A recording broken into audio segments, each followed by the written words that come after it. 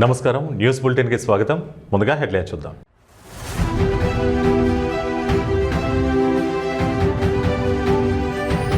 అమరావతిలో వాజ్పేయి విగ్రహావిష్కరణ కార్యక్రమం పాల్గొన్న సీఎం చంద్రబాబు, కేంద్ర మంత్రి శివరాజ్ హాజరు.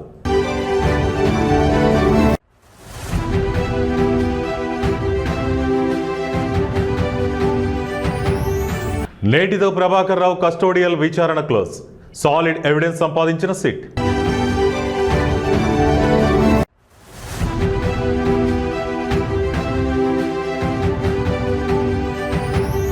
అంతర్జాతీయ సైబర్ క్రైమ్ నెట్వర్క్ ను ఛేదించిన ఏపీసీఐడి. కాంబోడియా నుంచి సైబర్ నేరాలకు పాల్పడుతున్న ముఠా.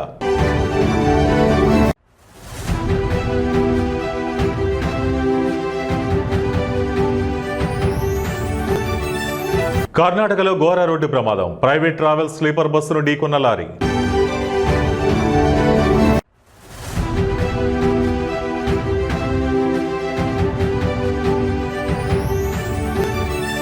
దేశవ్యాప్తంగా క్రిస్మస్ వేడుకలు. అర్ధరాత్రి నుంచే చర్చిల్లో ప్రత్యేక ప్రార్థనలు.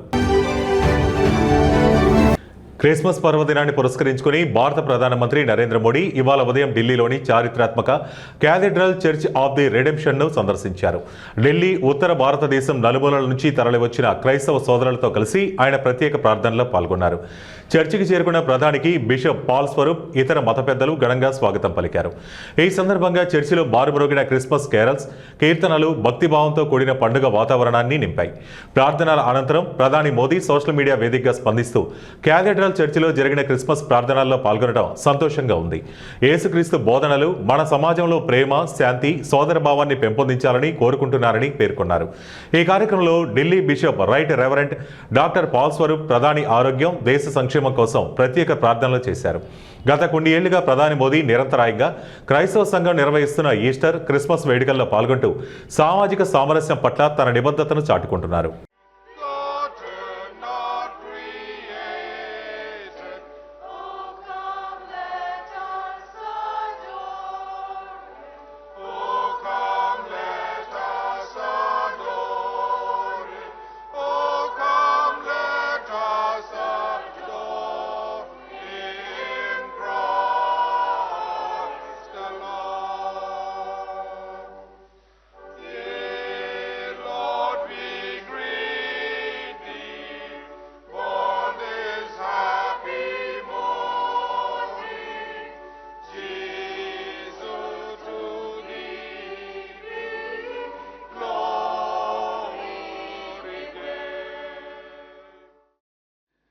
On this holy and joyful festival of Christmas, we thank God for bringing us together in fellowship, hope, and thanksgiving.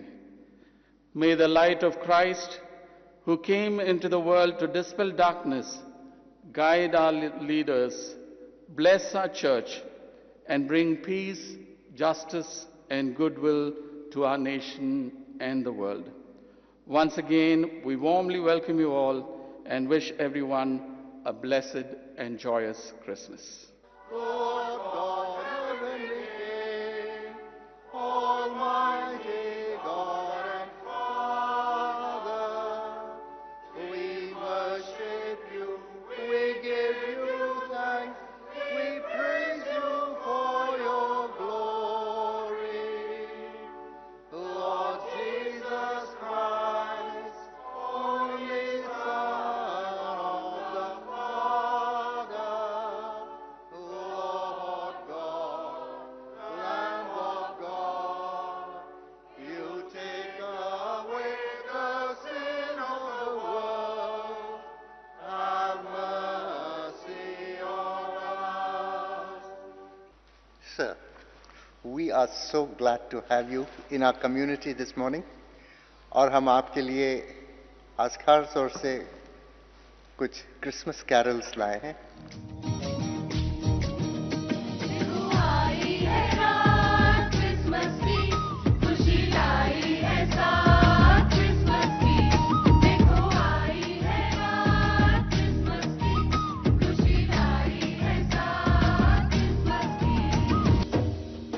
ప్రపంచ ప్రఖ్యాత మెదక్ క్యాథెడ్రల్ చర్చిలో క్రిస్మస్ సంబరాలు అంబరాన్నంటాయి. తెల్లవారుజామునే ఆరాధనతో వేడుకలు ప్రారంభమయ్యాయి. అర్ధరాత్రి నుంచి క్రిస్మస్ వేడుకల్లో పాల్గొనడానికి మెదక్ సిఎస్ఐ చర్చికి వివిధ ప్రాంతాల నుంచి భక్తులు తరలివచ్చారు. కులమతాలకు అతీతంగా వివిధ ప్రాంతాల నుంచి వేలాదిగా తరలివచ్చిన భక్తులతో చర్చి ప్రాంగణం కిటకిటలాడింది.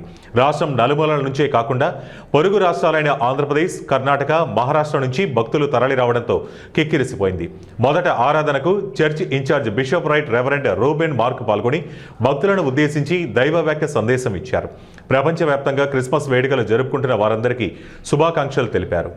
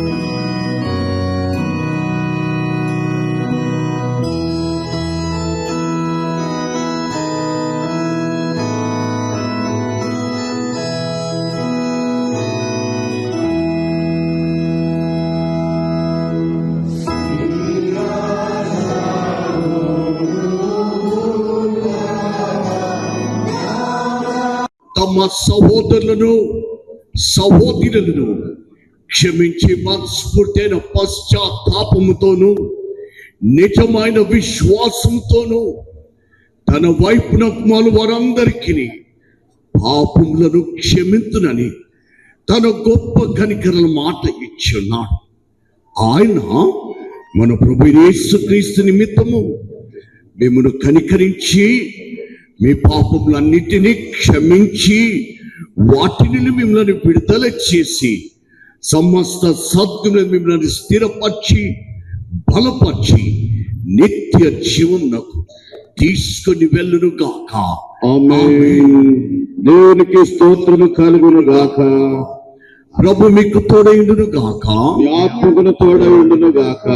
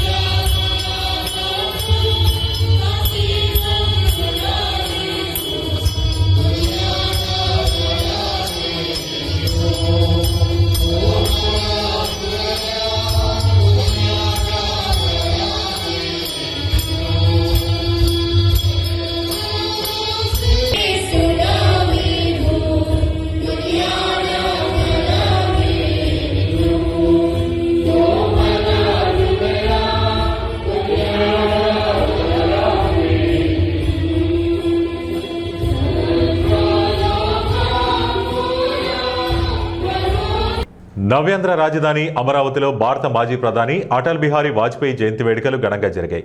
ఈ సందర్భంగా వెంకటపాలెం సమీపంలోని సీడ్ యాక్సిస్ రోడ్డుకు ఆనుకుని ఉన్న 2.5 ఎకరాల విస్తీర్ణంలో ప్రభుత్వం ప్రతిష్టాత్మకంగా ఏర్పాటు చేసిన అటల్ స్మృతి వనాన్ని ముఖ్యమంత్రి నారా చంద్రబాబు నాయుడు, కేంద్ర మంత్రి శివరాజ్ సింగ్ చౌహాన్ కలిసి ప్రారంభించారు. ఈ స్మృతి వనంలో ఏర్పాటు చేసిన 14 అడుగుల ఎత్తైన వాజ్పేయి భారీ కాంస్య విగ్రహాన్ని వారు ఆవిష్కరించి అటల్జీకి ఘనంగా నివాళులర్పించారు. ఈ సందర్భంగా ముఖ్యమంత్రి చంద్రబాబు నాయుడు మాట్లాడుతూ దేశాభివృద్ధిలో వాజ్పేయి పోషించిన పాత్ర చిరస్మరణీయమని, ఆయనతో ఉన్న అనుబంధాన్ని గుర్తు చేసుకున్నారు. అమరావతికి ఒక ప్రత్యేకతను చేకూర్చేలా ఈ స్మృతి వనాన్ని తీర్చిదిద్దామని, ఇది భవిష్యత్తు తరాలకు ఆయన ఆదర్శాలను చాటి చెబుతుందని పేర్కొన్నారు. కేంద్ర మంత్రి శివరాజ్ సింగ్ చౌహాన్ మాట్లాడుతూ అటల్జీ చూపిన సుపరిపాలన మార్గంలోనే దేశం ముందుకు సాగుతోందని కొనియాడారు. ఈ కార్యక్రమంలో పలువురు మంత్రులు, ప్రజాప్రతినిధులు మరియు పెద్ద సంఖ్యలో ప్రజలు పాల్గొని అటల్జీకి నివాళులర్పించారు.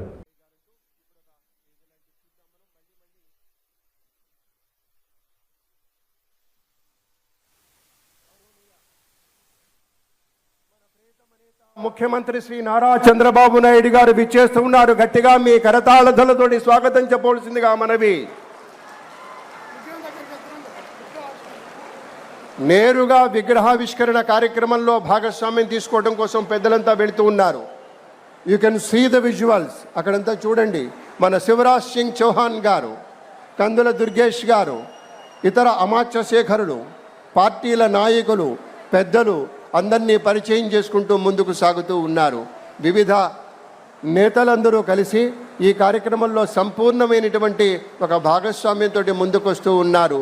శివరాజ్ సింగ్ చౌహాన్ గారు వ్యవసాయ శాఖ కేంద్ర మంత్రివర్యులు, పెద్దలు. వారు మధ్యప్రదేశ్ రాష్ట్రం వారి యొక్క మాతృ రాష్ట్రం అయినా కానీ ఇవాళ మధ్యప్రదేశ్ రాష్ట్రానికి కూడా చాలా సంవత్సరాలు ముఖ్యమంత్రిగా పనిచేసిన తర్వాత ఇప్పుడు కేంద్ర మంత్రివర్యులుగా తమ యొక్క సేవలు అందిస్తున్నటువంటి పెద్దలు శ్రీ శివరాజ్ సింగ్ చౌహాన్ గారు మన అగ్రశ్రేణి నాయకుల్ని, పెద్దల్ని, కార్యకర్తల్ని, వివిధ శాఖల్లో పనిచేసినటువంటి పార్టీ యోధుల్ని అందరినీ ప్రేమపూర్వకంగా పలకరిస్తూ ముందుకు సాగుతూ ఉన్నారు. విగ్రహావిష్కరణ కార్యక్రమంలోకి మనం వెళ్ళబోతూ ఉన్నాం. అక్కడి నుంచి నేరుగా అక్కడ జరుగుతున్నటువంటి కార్యక్రమం ఇది. విగ్రహం ఆవిష్కరిస్తారు. మనమంతా కూడా ఇక్కడి నుంచి లైవ్లో చూస్తూ మన యొక్క ఆనందాన్ని కూడా మన కరతాళధ్వనులతో తెలియచెప్తామనేటువంటి మాట మీతో పంచుకుంటూ అందరూ చేశారు. అన్ని పార్టీల వారు వచ్చారు. ఎందుకంటే ప్రత్యేకించి కూటమి ప్రభుత్వం అనగానే మనకి తెలుగుదేశం పార్టీ నాయకులు ఉంటారు, జనసేన నాయకులు ఉంటారు, భారతీయ జనతా పార్టీ వారు ఉంటారు. అందరూ ఒక్కటే, అన్నదమ్ముల్లా కలిసిపోయాం. అటువంటి కలిసినటువంటి మిత్రుల సమూహం మనస్ఫూర్తిగా స్వాగతం పలుకుతున్నటువంటి సందర్భంలో అటు పార్టీ నేతలు, వివిధ రాజకీయ పార్టీల నేతలంతా కూడాను ఆ కరచాలనాలకుండా ముందుకు సాగి వెళుతోంది. అందరినీ పేరు పేరు నా పరిచయం చేస్తూ అక్కడ సత్యకుమార్ యాదవ్ గారు, మన మంత్రివర్యులు, అలాగే నారాయణ గారు, ఇతర పెద్దలంతా ఉన్నారు. విగ్రహావిష్కరణం జరగబోతోంది. శుభముహూర్తం ఇది. పెద్దలందరి సమక్షంలో మన ప్రియతమ నేత విగ్రహావిష్కరణం జరుగుతోంది. మన దేవుడి విగ్రహావిష్కరణం జరుగుతోంది. అద్భుతంగా మనస్ఫూర్తిగా జరుగుతున్నటువంటి కార్యక్రమంలో మీకు తెలుసు కదా, అమరావతి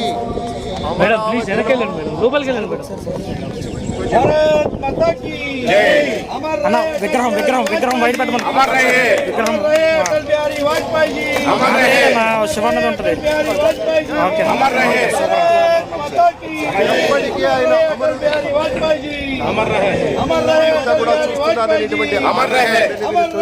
గౌరవనీయ మంత్రి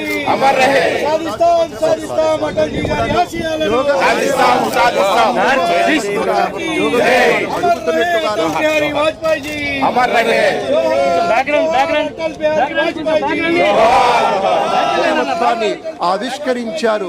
గౌరవనీయ ముఖ్యమంత్రి వర్యులు శ్రీ నారా చంద్రబాబు నాయుడు గారు, కేంద్ర మంత్రి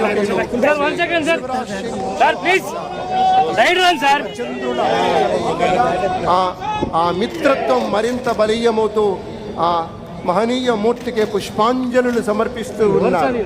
వినమ్ర మనస్సుతోటి పుష్పాంజలులు సమర్పిస్తున్నారు మన అటల్ బిహారీ వాజ్పేయి గారికి.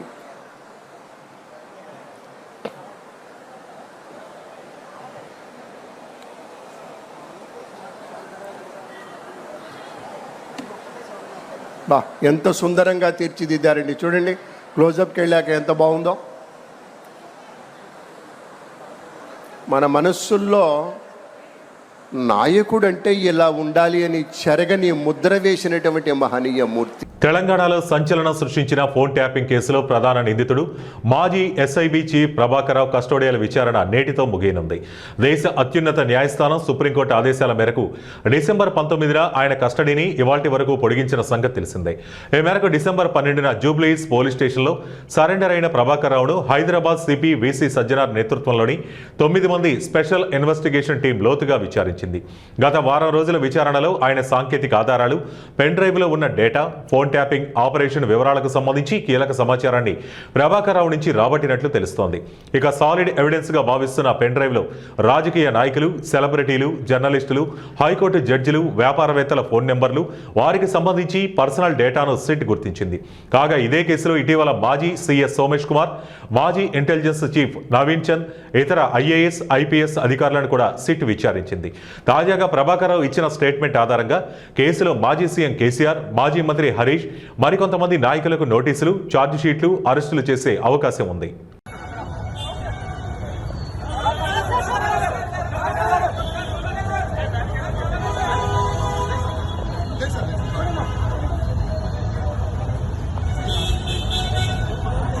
మాజీ ఎమ్మెల్యే పిన్నెల్లి రామకృష్ణారెడ్డికి ఆయన సోదరుడు పిన్నెల్లి వెంకటరామరెడ్డికి రిమాండ్ పొడిగించారు. నెల్లూరు జైలులో ఉన్న పిన్నెల్లి బ్రదర్స్ను వర్చువల్గా విచారించిన జడ్జ్ జనవరి 7వ తేదీ వరకు రిమాండ్ పొడిగించారు. ఇదిలా ఉంటే గొండ్లపాడులోని టీడీపీ నేతల జంట హత్యల కేసులో పిన్నెల్లి రామకృష్ణారెడ్డి A6గా ఉన్నారు. ఆయన సోదరుడు పిన్నెల్లి వెంకటరామరెడ్డి A7గా ఉన్నాడు. మే 24లో పల్నాడు జిల్లా వెల్దుర్తి మండలం గొండ్లపాడుకు చెందిన అన్నదమ్ములు జవిశెట్టి వెంకటేశ్వర్లు, జవిశెట్టి కోటేశ్వరరావులు దారుణ హత్యకు గురయ్యారు. వారు ప్రయాణిస్తున్న బైకును కారుతో ఢీకొట్టి బండరాళ్లతో కొట్టి హత్య చేశారు. ఈ కేసులో మొత్తం 9 మందిని నిందితులుగా చేర్చారు. వారిలో మాజీ ఎమ్మెల్యే సోదరులు కూడా ఉండడంతో సుప్రీంకోర్టు ఆదేశాల మేరకు లొంగిపోయారు.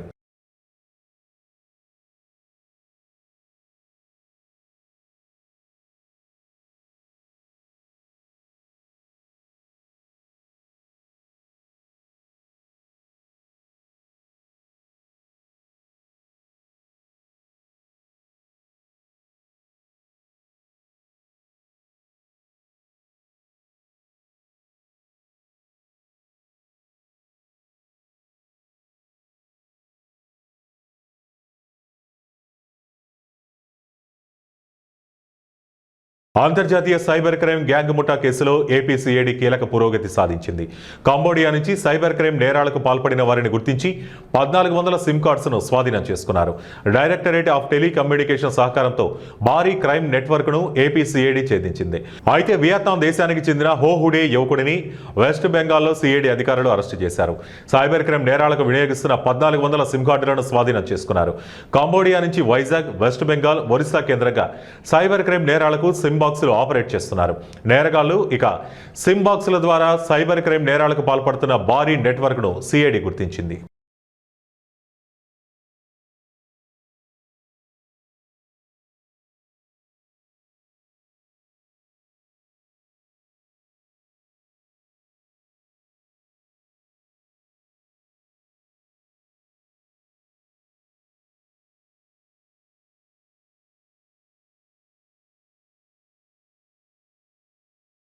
హైదరాబాద్ నగర శివార్లలో రియల్టీ బిజినెస్ ఇటీవల రోజుల్లో కాస్త ఊపందుకుంది. దాంతో ఒకవైపు నయా గ్యాంగులు రెచ్చిపోతుంటే మరొక వైపు రియల్ ఎస్టేట్ సంస్థలు కూడా దౌర్జన్యాలకు పాల్పడుతున్నాయి. పక్కా రిజిస్ట్రేషన్ భూములపై కన్నేసి అడ్డొచ్చిన యజమానులపై దాడికి పాల్పడుతున్నారు. తాజాగా పుప్పాలగూడలో ఇలాంటి ఘటనే చోటు చేసుకుంది. గత అర్ధరాత్రి ఒక రియల్ ఎస్టేట్ సంస్థ పట్టా పొలం కబ్జా చేసింది. ఓ రియల్ ఎస్టేట్ సంస్థ అర్ధరాత్రి పుప్పాలగూడలోని సర్వే నెంబర్ 300లోకి ప్రవేశించి దౌర్జన్యంగా బోర్డులు తొలగించింది. జేసీబీలతో ప్రహరీ గోడ ధ్వంసం చేసింది. బౌన్సర్ల సాయంతో పట్టా పొలాన్ని కబ్జా చేసింది. యజమానులు విషయం తెలుసుకుని పొలం దగ్గరికి చేరుకుని ప్రశ్నించగా బౌన్సర్లు వారిపై దాడి చేశారు. బాధితులు 100కి కాల్ చేసి పోలీసులకు సమాచారం ఇచ్చారు. ఘటనా స్థలానికి చేరుకున్న పోలీసులను చూసి బౌన్సర్లు పరారయ్యారు. కోర్టులో కేసులు పెండింగ్లో ఉండగానే రియల్ ఎస్టేట్ సంస్థ ఇలా బరితెగించడంపై యజమానులు ఆగ్రహం వ్యక్తం చేస్తున్నారు.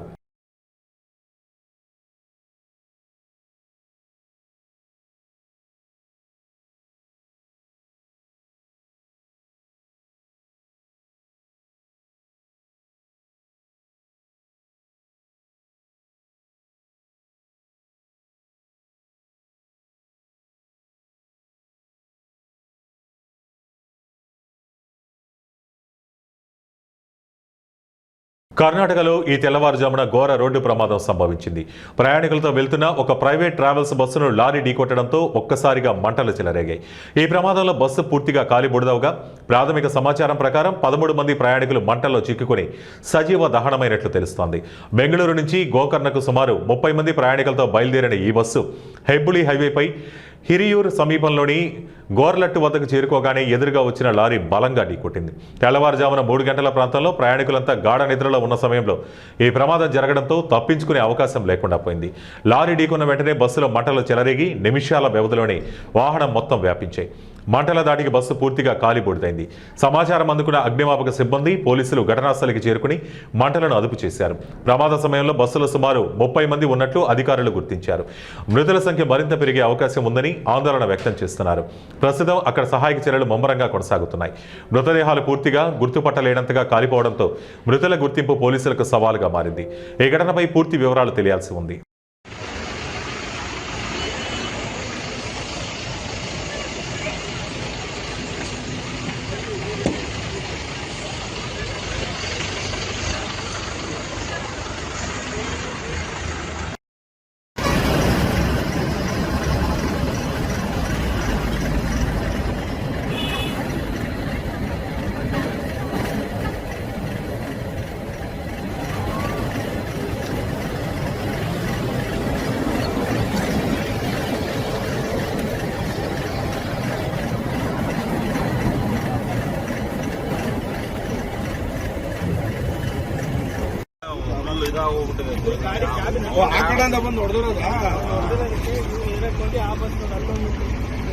మహబూబాబాద్ జిల్లా మురిపేట మండలం కేంద్రంలో ఎరువుల కష్టాలు మళ్లీ మొదలయ్యాయి.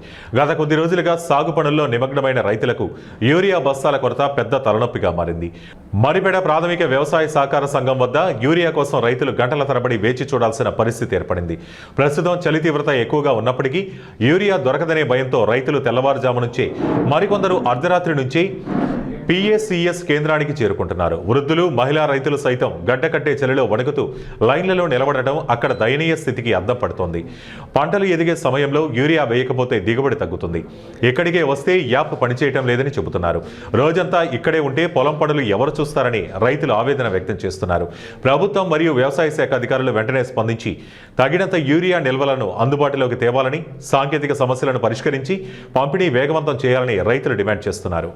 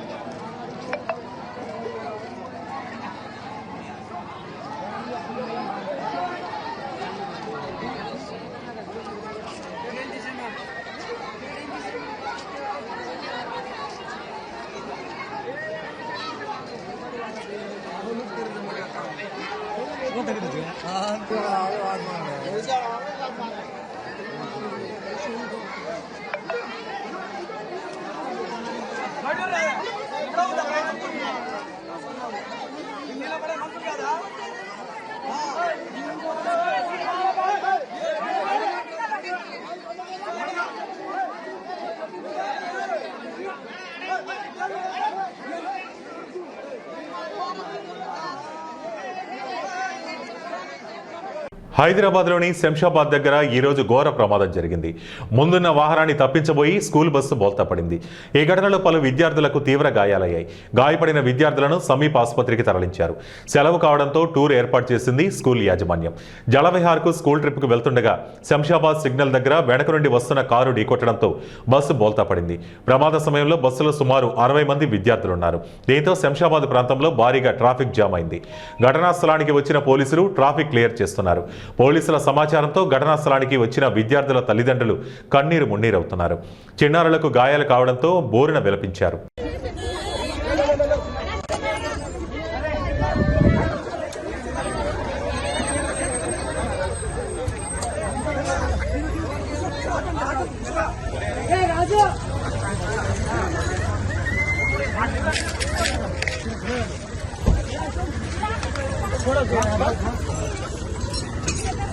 मिले बच्चा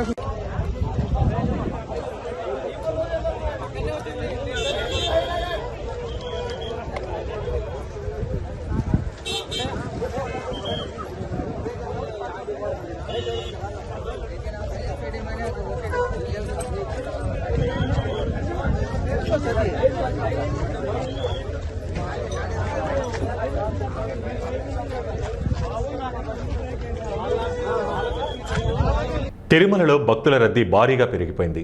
వైకుంఠం క్యూ కాంప్లెక్స్లోని అన్ని కంపార్ట్మెంట్లు పూర్తిగా నిండిపోవడంతో కాంప్లెక్స్ వెలుపల శిలాతోరణం వరకు క్యూ లైన్లో భక్తులు వేచి ఉన్నారు. ఇక సర్వదర్శనానికి వచ్చే భక్తుల సంఖ్య భారీగా పెరిగింది. టోకెన్ లేని భక్తులకు సర్వదర్శనం కోసం దాదాపు 24 గంటల సమయం పడుతోందని టీటీడీ అధికారులు వెల్లడించారు. క్యూ లైన్లలో ఉన్న భక్తులకు నిరంతరం తాగునీరు, అన్నప్రసాదం, వైద్య సహాయం అందుబాటులో ఉంచినట్లు పేర్కొన్నారు. అయితే నిన్న శ్రీవారిని 73,254 మంది భక్తులు దర్శించుకున్నారు. అలాగే 29,989 మంది భక్తులు తలనీలాలు సమర్పించారు. ఇక స్వామివారి హుండీ ద్వారా వచ్చిన ఆదాయం 4,88,00,000గా ఉంది. మరోవైపు తిరుమలలో ఇవాల్టి నుంచి ఎల్లుండి వరకు ఆన్లైన్లో స్థానికుల వైకుంఠ ద్వారదర్శన టోకెన్ల రిజిస్ట్రేషన్ కొనసాగనుంది. 29వ తేదీ వరకు ఈ డిప్ విధానం భక్తులకు దర్శన టోకెన్లను టీటీడీ జారీ చేయనుంది. తిరుమల, తిరుపతి, చంద్రగిరి, రేణిగుంట వాసులకు మాత్రమే అవకాశం కల్పించింది. జనవరి 6, 7, 8వ తేదీలలో రోజుకు 5,000 మంది చొప్పున దర్శన టోకెన్లు జారీ చేయనుంది.